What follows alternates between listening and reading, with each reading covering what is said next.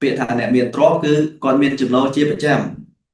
អ្នកមានទ្រព្យគាត់យល់ច្បាស់នៅអត្ថន័យនៃពាក្យថាទ្រព្យតើទ្រព្យមានន័យថាម៉េចទី2ទ្រព្យសម្បត្តិមានន័យថាម៉េចទី3អ្នកមានន័យថាម៉េចទី4អ្នកមានទ្រព្យមានន័យថាម៉េច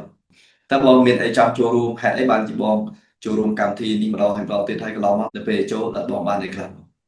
ចាលោកគ្រូខ្ញុំរីករាយដែលបានចូលថ្ងៃហ្នឹងសូមអរគុណច្រើន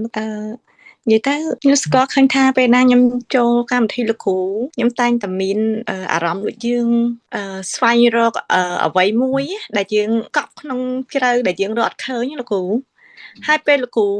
ចែកម្លែកបទពិសោធន៍ហ្នឹងខ្ញុំតែងតែកត់សភៅហើយយកមកថ្លឹងថ្លែងហើយខ្ញុំអាចរកឃើញនៅចំណុចពិសេសហ្នឹងយកមកអនុវត្តហើយសង្កេតឃើញថាទោះបីជាទ្រព្យខ្ញុំកើនយឺតមែនតែវាអត់ថយទេលោកគ្រូចាប់ពីខ្ញុំចូលកម្មវិធីលោកគ្រូកាលហ្នឹងខ្ញុំជពាក់លុយធនាគាររហូតដល់ឥឡូវនេះធនាគារអាចជពាក់ខ្ញុំវិញលោកគ្រូគឺវាទៅមុខលោកគ្រូទោះបីជាខ្ញុំមិនបានចូលរួមកម្មវិធីធំក៏ដោយលោកគ្រូចា៎តែដូរមួយពីដែរក៏ចង់បានឲ្យធនាគារជពាក់យើងវិញដែរអញ្ចឹងអ្វីដែលខ្ញុំកំពុងរួមចាលោកគ្រូបានគឺមិនរកលុយឲ្យធនាគារប៉ុន្តែទៅធនាគារត្រូវរកលុយឲ្យខ្ញុំវិញបាទអបអរសាទរបងខ្ញុំលើកពាក្យនេះគឺសប្បាយចិត្តមែនទែនដោយសារ